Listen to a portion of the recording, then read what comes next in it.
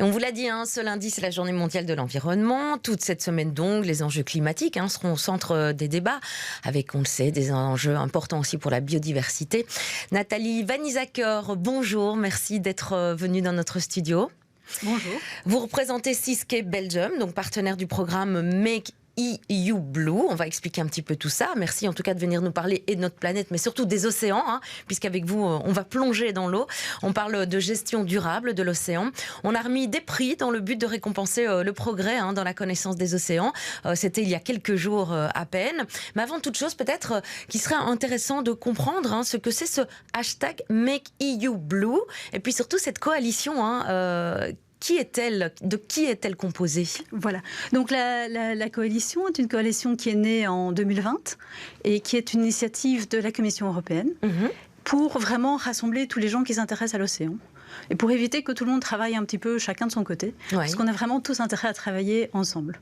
Et donc il y a un consortium d'organisations et de personnes, d'experts qui se sont regroupés et qui se sont dit on va vraiment tous travailler ensemble, et on a construit 3 communautés. Donc la première communauté, c'est la plateforme EU for Ocean, ce qui veut dire l'Union européenne pour l'océan, qui regroupe des instituts de recherche, des ONG, des associations, des entreprises, des experts, pour pouvoir vraiment partager leur expérience et travailler ensemble. Ensuite, il y a le forum des jeunes, qui sont des jeunes de 16 à 30 ans, qui sont absolument passionnés par l'océan, et qui ont déjà à leur âge développé leur propre projet, qui veulent mettre en avant et qui veulent vraiment faire entendre leur voix. Et la troisième communauté, qui est le réseau des écoles bleues européennes.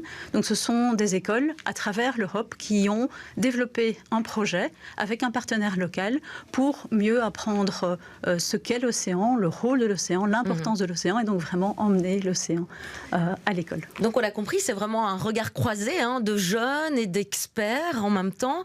Et les jeunes, c'est la relève, on le sait. Alors ils ont pas mal de responsabilités, j'ai le sentiment. On se tourne souvent vers eux. Comment vous les avez recrutés ? Comment est-ce qu'ils font partie de ces associations ? Est-ce qu'ils travaillent vraiment au quotidien ? Ah oui, tout à fait. Oui. Donc l'idée aussi, c'est surtout que ces 3 communautés travaillent ensemble. Donc là, je les ai décrites de manière un petit peu séparée pour expliquer le rôle de chacune. Mais l'idée, c'est vraiment aussi qu'ils puissent travailler ensemble. Et que donc, les jeunes qui développent leur projet puissent bénéficier de l'expérience des centres de recherche, des entreprises, des ONG, mais qu'aussi les enseignants qui vont peut-être pour la première fois enseigner le sujet de l'océan à l'école vont pouvoir trouver des ressources éducatives, des personnes qui vont pouvoir interviewer, des personnes qui vont pouvoir peut-être même venir à l'école pour pouvoir les aider. Et donc l'idée, c'est vraiment qu'ils puissent travailler tous ensemble. Et donc pour les jeunes et pour les écoles, il y a des appels qui sont diffusés à travers toute l'Europe. Et donc ils doivent soumettre un projet. Le projet est évalué et ils ont alors une certification. Donc soit en tant qu'école bleue européenne, soit en tant ce qu'on dit en anglais Young Ocean Advocate. D'accord, donc ça c'est pour le quotidien. Donc on l'a dit, ça existe depuis 2020, ça fait 3 ans.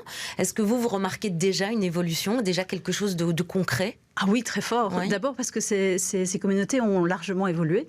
Donc on est parti vraiment de rien. Aujourd'hui, il y a à peu près presque 150 membres de la plateforme EU for Ocean, 230 écoles et 315 jeunes. Donc on a vu vraiment un intérêt très important, mais surtout on voit aussi qu'ils travaillent énormément ensemble pour développer toute série de projets. Donc il y a par exemple ce qu'on appelle en anglais Meet a Blue Expert, qui est en fait une série de webinaires pour rencontrer un expert bleu, entre guillemets, donc un expert de l'océan. Et l'idée, c'est que les jeunes puissent vraiment, pendant ce webinaire, poser toutes les questions qu'ils veulent à un expert sur une thématique bien particulière. Donc par exemple, des jeunes qui ont développé leur projet, mais qui se disent comment je vais faire pour communiquer sur mon projet, ils peuvent pouvoir vraiment faire ce webinaire avec un expert de la communication qui va leur donner des astuces et les former. Donc ça, c'est un exemple d'activité qui a eu lieu. On n'en faisait pas assez pour les océans. Il était temps de vraiment regrouper toutes ces forces vives. Alors je pense qu'on faisait déjà beaucoup, et c'est ce qu'on voit depuis 3 ans, c'est qu'il y a énormément de gens qui sont impliqués. Ce qui est vraiment nouveau, c'est de pouvoir vraiment tous travailler ensemble, pouvoir vraiment avoir un impact maximum de toutes ces activités.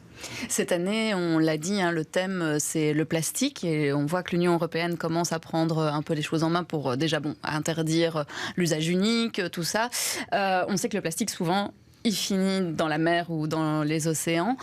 Vous, quel peut être justement le rôle de ces jeunes? Comment vous les sensibilisez à cette gestion du plastique aussi? Alors j'ai presque envie de dire, c'est eux qui nous sensibilisent. C'est parce qu'on voit énormément de jeunes qui travaillent sur toute une série de projets. Donc il y a des jeunes, par exemple, qui ont inventé des systèmes qui vont permettre de pouvoir récupérer les déchets en rivière, pour éviter qu'ils n'arrivent en mer. Donc là, ce sont des développements techniques pour pouvoir vraiment récupérer les déchets avant qu'ils n'arrivent en mer. Puis vous avez beaucoup de jeunes qui font des nettoyages de plages, par exemple, qui sont actifs dans ce type d'activité. Et puis vous avez aussi, au niveau plutôt de la plateforme, alors, des organisations qui travaillent avec les jeunes. Il y a une organisation, par exemple, qui a un bateau qui emmène les jeunes en mer pour pouvoir vraiment suivre cette question des plastiques de manière scientifique de A à Z.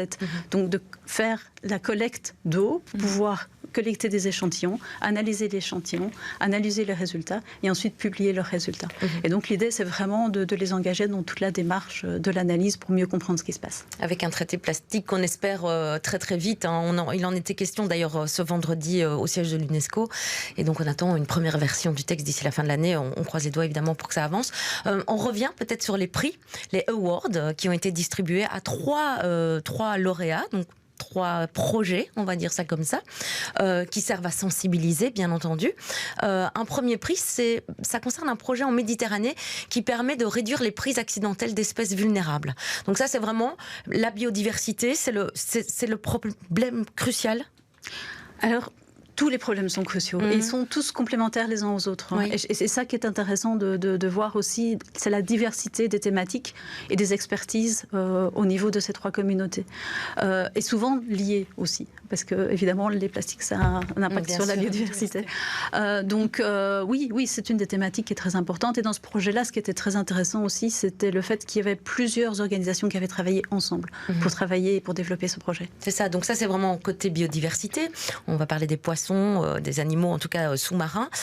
Il y a également un objectif, j'ai l'impression, social dans ce que vous faites, puisqu'on parle d'un prix pour SOS for the Blue Planet. Ce sont ces fameux jeunes défavorisés du sud de l'Italie qu'on prend un peu par la main, on leur explique les choses. C'est ça ? Oui, et puis surtout on les inclut. Donc c'est vraiment un objectif d'inclusion. L'océan concerne tout le monde. Et donc vraiment donner la possibilité à tout le monde de s'y intéresser et à tout le monde de se faire entendre aussi. Parce que je pense que tout le monde est directement connecté par l'océan et donc doit pouvoir aussi partager ses solutions, ses idées pour un océan durable. Vous parliez justement d'inclure et on parle aussi de ces personnes qui souffrent de déficiences intellectuelles. Ça, ce serait plutôt le 3e prix, c'est ça ? Voilà, ça fait partie vraiment du... Alors, on le disait, on a bien compris, ce sont plusieurs associations, des experts, des scientifiques, je suppose tout aussi, mais qui sont là, accompagnés de tous ces jeunes. Ça veut dire quoi ? Que concrètement, la plateforme, on peut y avoir accès, tous, chacun d'entre nous. On peut vous rejoindre, on peut donner nos avis, on peut participer d'une façon ou d'une autre. Bien sûr, et c'est pour ça que je suis là aujourd'hui aussi d'ailleurs, parce qu'on a regardé un petit peu justement au niveau de Bruxelles. Donc il y a plusieurs organisations qui sont membres de la plateforme à Bruxelles. On a une école européenne qui est membre du réseau des écoles bleues européennes, pas encore de jeunes. Et donc si je peux faire un appel aujourd'hui, rejoignez-nous. Donc renseignez-vous, le projet c'est EU for Ocean, et donc allez voir si vous avez des idées, ou même simplement si vous voulez savoir ce que nous faisons.